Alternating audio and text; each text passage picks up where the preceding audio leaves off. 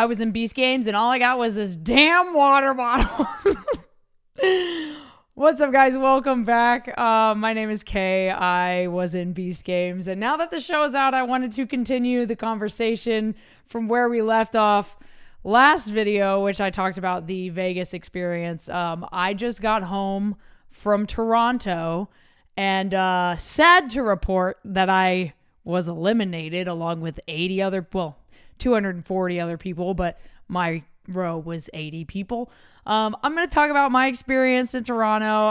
Obviously, like, if you're watching this, find other creators that have also talked about this that were in the games that got farther than me, because of course my story stops at a point, right?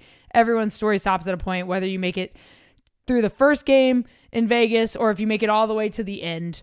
And yeah, so definitely watch this if you want, but there are other creators that did make it farther. I just want to emphasize that at the beginning of the video so that you're not like, well, what am I missing here? You're missing quite a lot, because I am hearing stirrings of what happened after I left, and they're only stirrings and rumors. Well, not rumors, they're accounts of what happened after I left. But if you want more context, definitely go find some of the people that made it farther in the game. I'm sure you can find them on various social media channels. My cat is just screaming, Phantom. I just want to share my experience because I think that they did learn a lot through this entire process, and I do appreciate and respect the entire staff and crew. Yeah, let's get into Toronto. I flew in, got on a shuttle to a hotel. The next day, we crossed the border from Buffalo into Canada. And I'm not going to lie, I've never driven into Canada. I've only ever flown in and driven out of Canada. Well, I was on a bus when we came out of Canada on tour with my band. And the other time I went to Toronto, I was on a plane. So never driven across the border to Canada. But there were, I think, about probably like 80 of us, 75 to 80 of us per bus. And I think there were like 21 buses. There's 1,000 people, right? Do the math. Get into Toronto. We're brought to like a main hotel area, and we are sent through, they called it the car wash. And so that was like, you go through, you like scan in, you get a new bracelet like the one we got last time. We didn't get to keep it this time, which I thought was interesting, but we did get to keep our player water bottles. They showed up later at the hotel, which was really cool. We went through the car wash, we scanned in, got our bracelets, our beast number was all, we had to confirm our beast number. If you were a number higher than 1,000 in the flag game, however, because they needed 1,000 people, they gave you a new number from a previously eliminated player.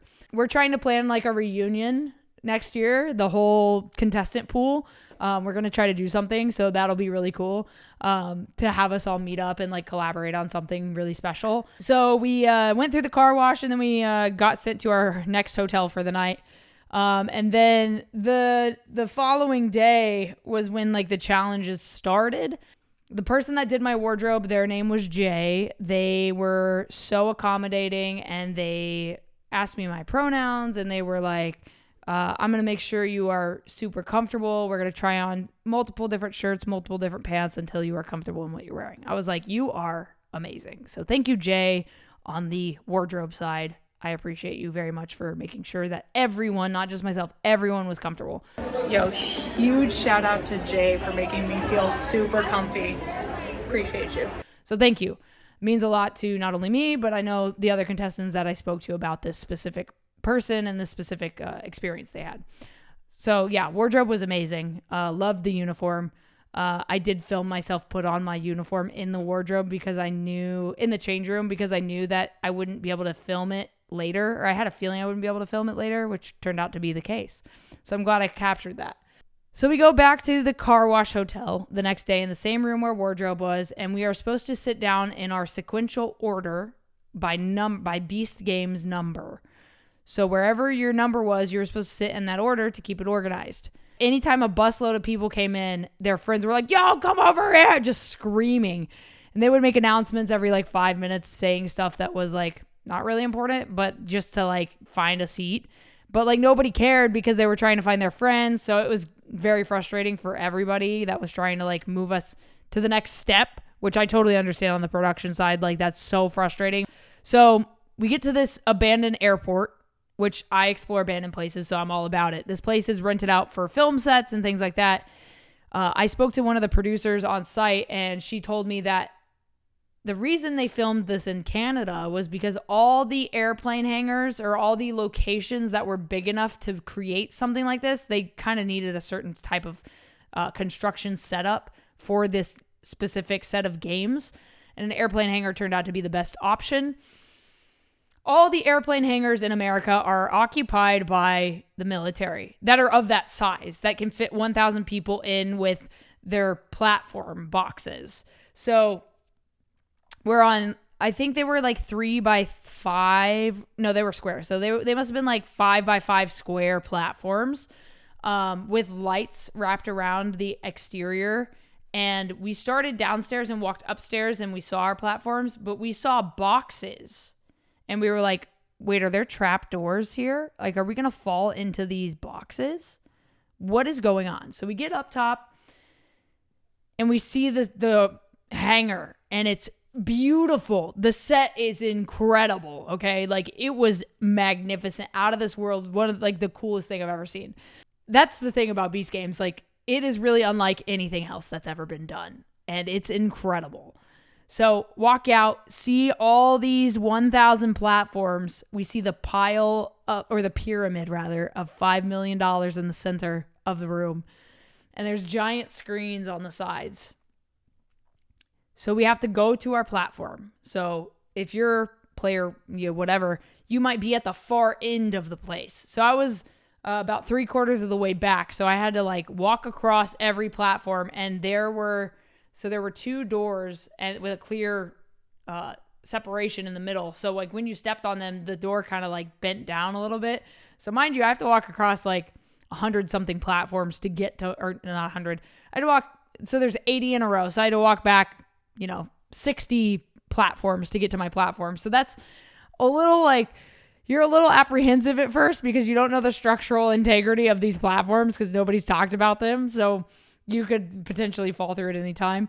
On each platform, there was a stand with a tablet and a GoPro and a mic. On our tablet, it had 4 options. It had bathroom, medic, call, and what was the other one? And I think the other one was water. So these cups were in these cool little like holders at the bottom on the floor of the platform, and it like held it in like a little grippy claw. And these are really freaking great water bottles. The top, like, hold on, focus. The top, there's like a press button. So you press the button and the mouthpiece pops up. Super cool. So I'm glad we got to keep these at least. The first game we played was a self-elimination game. And you could choose to take an amount of money and eliminate yourself and be done with Beast Games. The girl that was next to me on her platform, she had been kind of like not stoked all day. The only thing we could really do was nap because we were like, we don't know what this challenge is going to be. We got to conserve our energy as much as possible. So a lot of us took naps, including myself. I had my neck pillow with me, thankfully, because we had to bring all our luggage to drop it off at the hangar. I mean, I'm sure you've seen the video. It started out with $1 million prize, and if 2 people, if one person selected it, they'd get $1 million by the time the 1-minute timer was out. If 2 people selected it, it would cut it in half and split it evenly. So I don't know, like 12 people split it, and then we thought it was done, but I knew people would panic at the last second of the timer. 52 people ended up hitting their self-elimination button. So it ended up being about $19,000 each, which is pretty great. I guess Jimmy thought that it was going to be over 100 people hitting that button. So he was a little surprised that they didn't get more people out through that game. So that was the first game. I obviously wanted to stay as long as I could. I did have like a hard out date, tentatively, of the 28th. So I was trying to stay for at least another week. And if I heard and the reason being, SpaceX is launching the next Starship rocket. And I filmed the Starship rockets in Texas for Interstellar Gateway. And we haven't gotten a date for that launch. So it could have been September 1st. So I told my colleague, I was like, no matter what, I'm leaving on the 28th because I want to make sure that if it's on the 1st or any day that next week, I need to be there. I can't miss this historic launch. Yes, Beast Games is historic in its own right, but rocket launches are more historic in my opinion. No offense, Jimmy. So I did have a hard out date for myself of the 28th. But I was going to last as long as I could up until that point. So I didn't take the bribe from Jimmy or the offer from Jimmy. I decided to stay in the game and compete further. So the next day is kind of when things shifted for a group of us. So this next game we played was a sacrifice yourself game to save your row. There were 12 rows of 80. We didn't really have time to think about what was going on. I remember someone in the team over from mine offering people like 20 grand to self-sacrifice. I don't know if he's going to follow through on that. I don't know if anybody that bribed anybody is going to follow through on that, because like you just say stuff to try to continue moving forward in the game. It's a strategy. Whether you keep your word or not, that's on you. They allotted an hour for this game. I saw the clock start counting down from 59 minutes and 59 seconds. Chaos ensues. Everyone's screaming, somebody go, somebody hit it, take it. You know, like people are screaming all over the room, all over this airplane hangar, mind you. We're all mic'd up. We're on GoPros. Everything's recorded. It's crazy. I think there were 1,100 cameras in that room, which is just wild. I will say there were a lot of female camera operators, which is so fucking cool because it's not something you see very often on set. So kudos to you guys. I did hear from a producer or someone on production that in order to get government funding in Canada, you have to have a certain amount of BIPOC people on your sets, which is, I mean, that's fucking cool. I think you should include diverse people. So yeah, but that's the reasoning behind it. You have to have like a certain percentage of BIPOC people on your sets in order to get that government funding. So anyway, the countdown, the timer starts. All of a sudden, if you notice, I think 900 was the first row to sacrifice. So it kind of cascaded from 900 all the way down. And the last 3 rows to not self-sacrifice were all eliminated. So 240 people would be eliminated, roughly.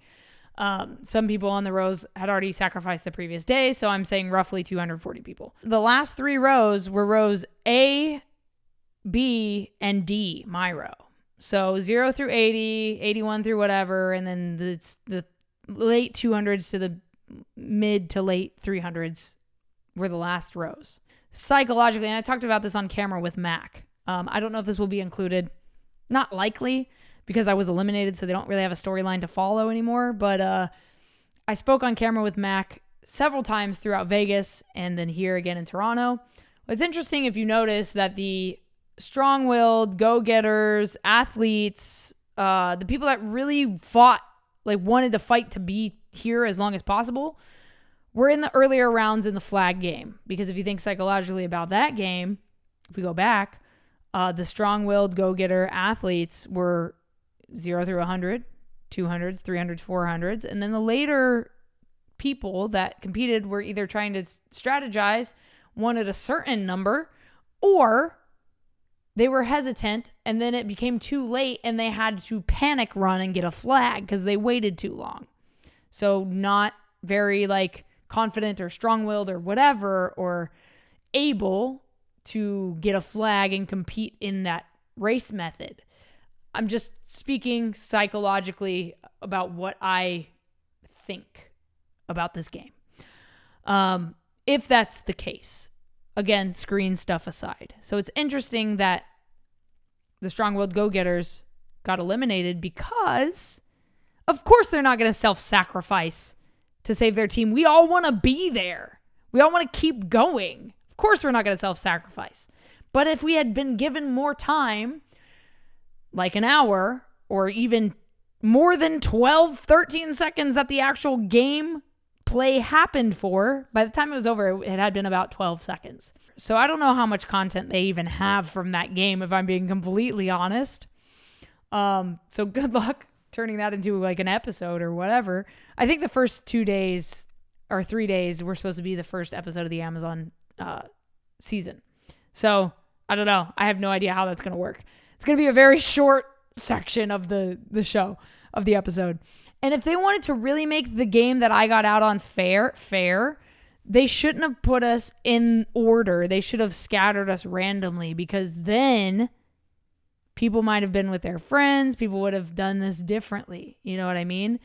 It would have ended up different if they didn't put us in order 1 through 1,000. I get why they did that for ease of like setting the game up. My team, my row, was the first to get eliminated and fall through our trap doors. We were dropped like dominoes, which apparently, like everyone said, was the coolest shot because they had like an FPV drone fly down the row as we fell. So we fell like dominoes. It was like, we thought it was going to be like, duh, duh, duh, duh, duh. No, it was like a machine gun. It happened so quickly. I saw like maybe like 30 people in front of me start dropping.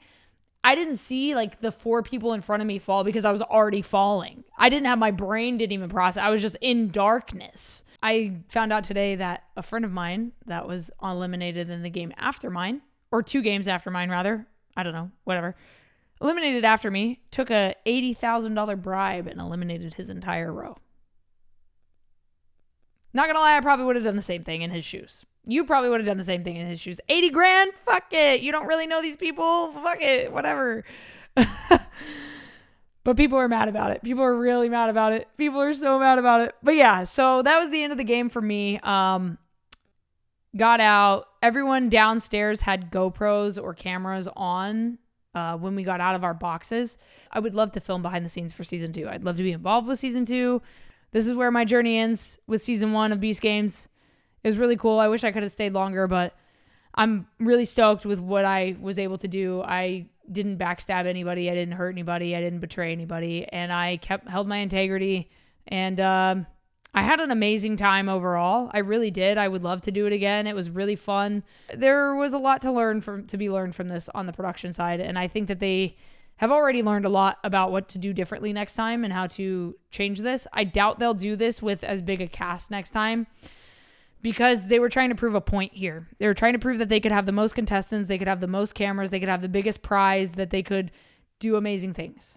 So good luck to everyone else that was on Beast Games. I can't wait to watch the show. Regardless, thanks for watching. My name's Kay. I hope you enjoyed Beast Games, and I hope this gave you some insight. Talk to you soon. Stay strong. Keep enduring. Go watch stuff on Interstellar Gateway. Go check out what we're filming at SpaceX, the documentaries that we're making. And if you like cool music, I'm in a band called Chasing Satellites.